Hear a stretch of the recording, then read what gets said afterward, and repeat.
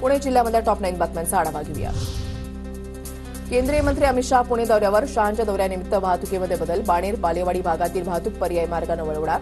जनता सहकारी बँकेच्या हिरक महोत्सवी वर्षाच्या सांगता समारंभासाठीही शहा हजेरी लावणार।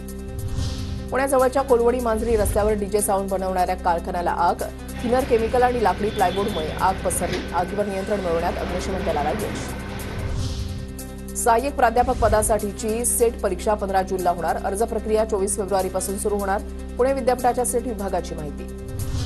पुण्यामधल्या वाहतूक कोंडी सोडवण्यासाठी रिंग रोडची कनेक्टिव्हिटी वाढवणार। रिंग रोडला जोडणारे 15 महत्त्वाचे इंटरचेंज विकसित करणार।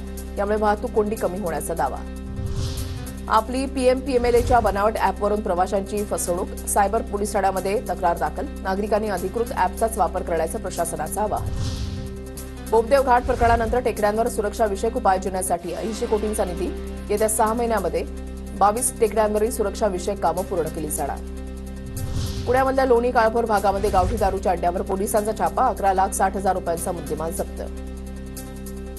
पुण्यामध्ये कर्णकर्कश आवाजाचे सायलेन्सर लावलेल्या बुलेटवर कारवाई, 22 बुलेट गाड्या पोलिसांनी घेतल्या ताब्यात। पुण्याच्या भोरमधील हिरडोशी धामणदेव डोंगराला वणवा, डोंगरातील वनसंपत्तीचं मोठं नुकसान, वणवा लावणाऱ्यांवर कडक कारवाई करण्याची शेतकऱ्यांची मागणी।